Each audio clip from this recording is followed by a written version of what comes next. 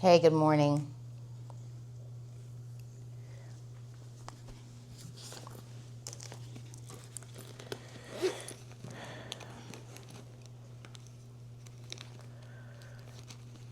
Where's my stuff, yo?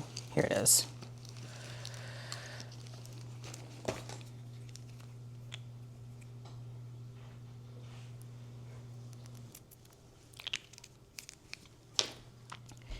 You know what? As a basil aficionado, I am obsessed with this stuff right here, the Myers Clean Day and Basil Scent.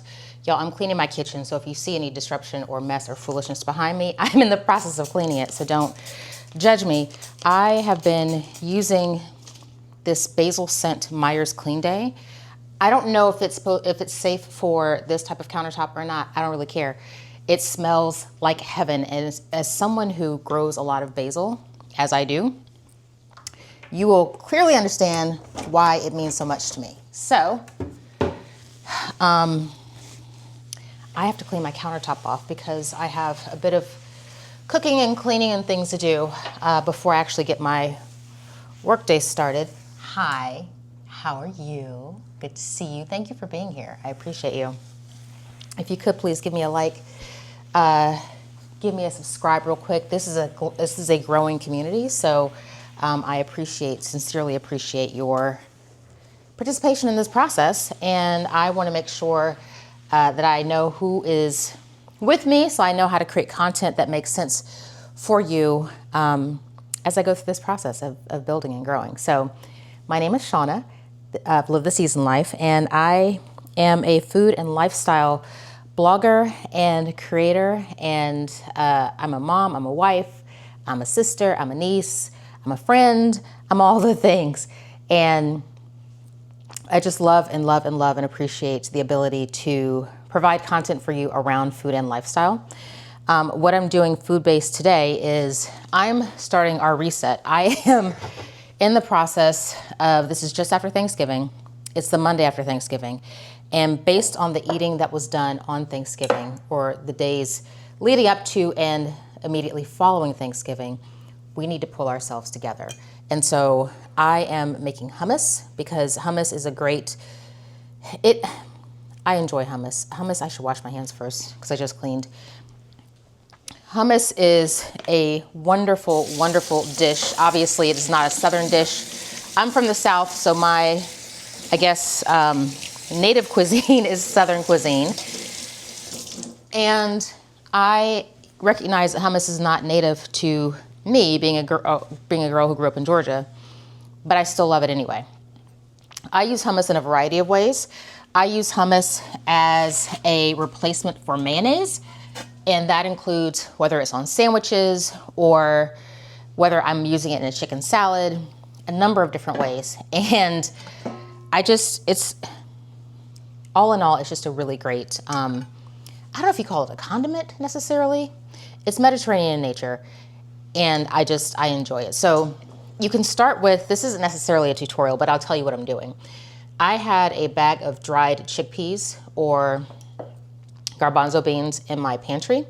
So I, last night, put them in this cup or this container, filled it with water, covered it, make sure it was well covered with water, and let it soak overnight. So similar to as you would do your dried black-eyed peas or any other beans for that matter. You got to soak them overnight if they're coming from dried. You can do this with canned garbanzo beans. If so, you can totally skip the soaking process because they've been soaking in the canning liquid for however long they've been canned. And I'm just going to take them and pour them into my pot here. And as I'm going through and looking, you want to make sure you look for any garbanzo beans, any chickpeas that look a little crazy. My hands are dry because I've washed them 17 times today. But you can see like this one has this little brown spot on it that I'm not a fan of, so I'm going to take that one out. And you just want to sift through and make sure you don't have anything in there that looks unsavory or like something you would not like to have in your hummus. So I have rinsed these already. I've soaked them. I rinsed them again. Now they're in the pot. And again, this is one bag, one standard bag. I guess that's maybe 12 to 16 ounces of chickpeas, dried chickpeas. And then the next thing I'm gonna do, and this is very important, you wanna add in some baking soda, because what happens with the baking soda is that what we're gonna do now is to boil these chickpeas for about 45 minutes coming from dried. If you're using canned, you wanna boil them just for maybe, I don't know, 20 minutes or so. Maybe even less than that.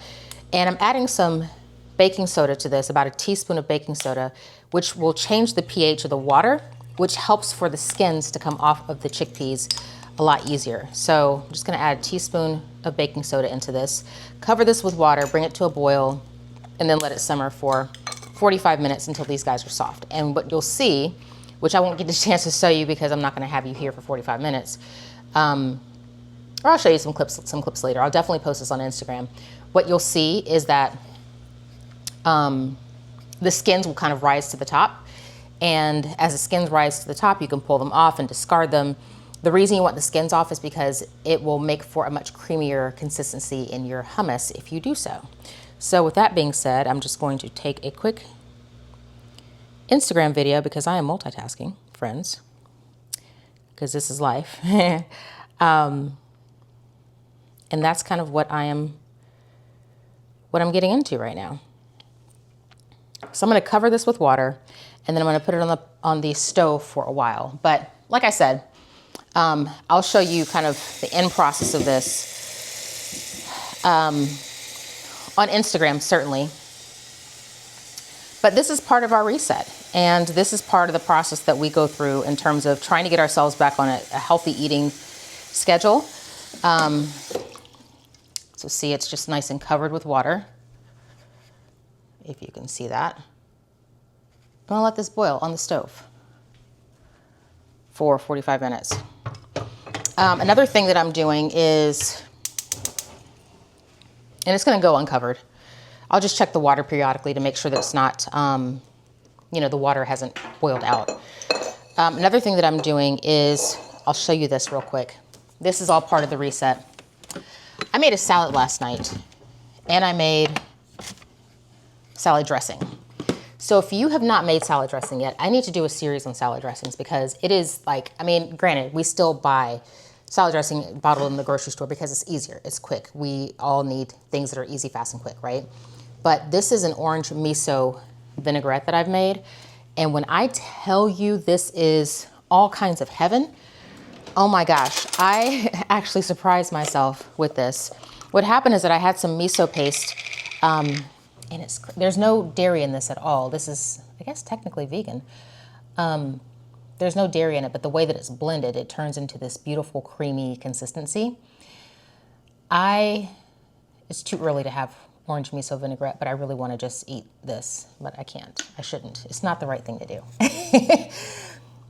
This is an amazing recipe. I'll put the details, the recipe itself in the description below, but fresh orange juice. It has to be fresh orange juice, not necessarily, like you purchased orange juice. Fresh lemon juice, not the little squeezy bottle that you get, but actual take a physical lemon and squeeze it, lemon juice. It's so much better than the little squeezy bottles. White miso and olive oil, salt, pepper, not a lot of salt because miso by default, by nature, is very salty. And then also some garlic, which I roasted in the oven, all goes into this, and a little bit of maple syrup. And this turns into it's delicious. And I'm using this on our salad here. And this is just a very basic kale salad. I just took some dinosaur kale and I chopped it up, and I used my vegetable peeler to create these little fancy looking carrot peels. That's literally all it is, just carrot peels. I just love the way it looks. And then also in here, this is another touch, is I chopped up some fresh herbs. So I have cilantro in here, and somewhere in here, I don't want to dig through the whole salad, but I also have mint. Cilantro and mint are just a wonderful, there's a small piece of it. Again, it's all chopped up so you can't really see. But cilantro and mint create a wonderful flavor profile that's just incredible. And one thing I did not do, but I could do, is I could go through and massage this so that it kind of breaks down the fibers in the kale and makes it a little bit more, one, digestible, but then two, also just kind of gets a great texture to it.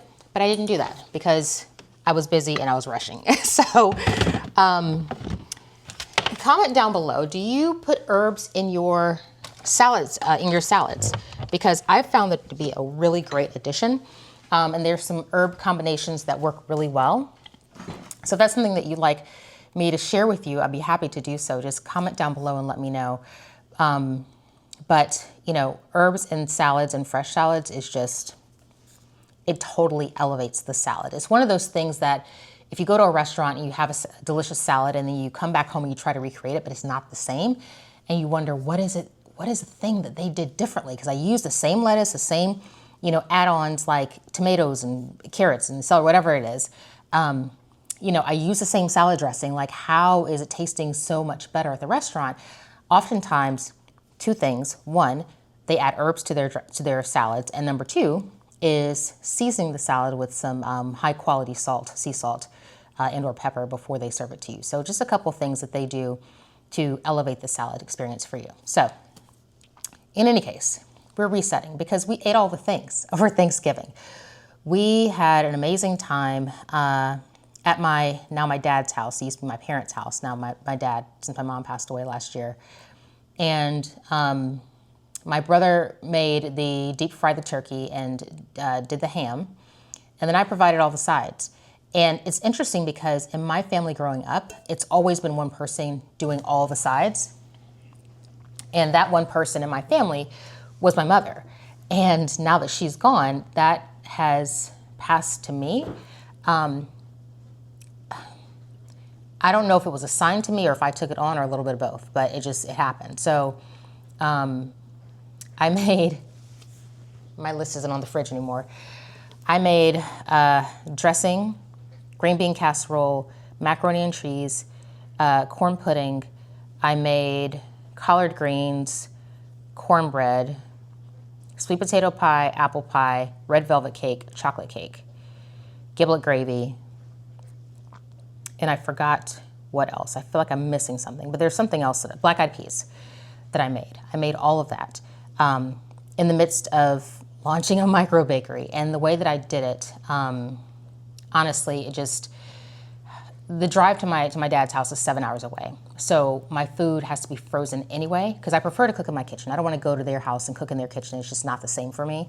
And I'm fidgeting around and fumbling around trying to find things. So I, in the comfort of my own kitchen, cooked all the foods. And what I did was, as I cooked a dish, I would, you know, put it in a freezer safe bag or put it in one of those kind of disposable foil trays, wrap it up really tight with foil, and I'd pop it in the freezer. So it wasn't nearly as overwhelming for me as it would have been had I stood on my feet for 2 days straight cooking food. That really worked for me. That is a method that I will definitely repeat in years to come because it just made things so much easier. And also dealing with grief over the holidays, having lost a parent, I didn't want the stress of dealing with grief, launching a micro bakery, and you know, cooking a whole Thanksgiving meal that is supposed to replicate, in my mind, is supposed to replicate what my mother created. I didn't want all that at one time. So I started 2 weeks in advance, and I would just cook like a dish a day, pop it in the freezer, and call it done. And when I got to my dad's house, most of the food was still frozen. It was just a matter of heating it all up. And did it taste frozen? No, because it wasn't frozen for a long time. It was just frozen for, you know, at most 2 weeks, the black-eyed peas. It didn't taste frozen at all. Everything tasted delicious. Everything tasted fresh because I cooked it fresh. And that works. It's definitely a process I will repeat. So my chickpeas are not boiling yet. I was just taking a peek at them. You know, that was my Thanksgiving. And so we had a wonderful time. Comment below. Tell me about your Thanksgiving, especially if you've lost a parent. Like, what is your process dealing with that? You know, we often go to, many people go to their parents' home or their family home for Thanksgiving. And it's interesting when your parent's no longer there. And especially if your parent is the big mama that cooks all the food and all the things. And it almost feels like there's an unspoken responsibility for you now, in my case, the oldest daughter, the only daughter, to step up and fill those shoes. What is that like for you? Oh my gosh, that feels like a therapy session right there. Yeah, it's a lot, but it's, you know, I'm very grateful to have a loving family, and, you know, Thanksgiving went well. All the food tasted amazing. Everyone was very complimentary. And I think the mantle has officially been passed to me. It makes my heart skip a beat to actually say that, because it does not feel real. And I'm not ready for it. I don't feel ready for it, even though I know that I have the skill and ability to do it. It's just the emotional readiness that takes time as you continue to go through the grieving process. So that's all. But yeah, that was Thanksgiving. So I just wanted to come on here and share that. Like I said before, I'm in the midst of a whole bunch of cleaning. I also need to do, my son has asked me this morning if I could make some of his favorite muffins, breakfast muffins. So I need to do that, which is why I have this bowl out. I will link to this muffin recipe. Actually, I have a YouTube video on it, so I will link to that video recipe down below, so you can, or put it in the card somewhere so that you can take a look at it. Because it's a very simple recipe, and it yields very consistent results. It's very moist, very delicious. The version that I'm doing for him has no fruit in it at all, because he just wants just straight muffin. He doesn't want blueberry, he doesn't want banana, he doesn't want apple. He just wants simply muffins. And so that's the recipe that I'm making, and that's what I've termed it. So I will definitely put that content to make it available to you, so you can take a look at it. So anyway, that's all I wanted to share with you. Again, thank you for being here with me and for watching this video. I hope you found something helpful or inspiring or entertaining through all of this. And I want to hear from you, so please comment below. Let me know what your process was, or how your Thanksgiving was. Where did you go? What did you do? Who did you see? Who cooked? Was it all, you know, one person? That's one thing I want to know. Oh, yes, I absolutely need to know that.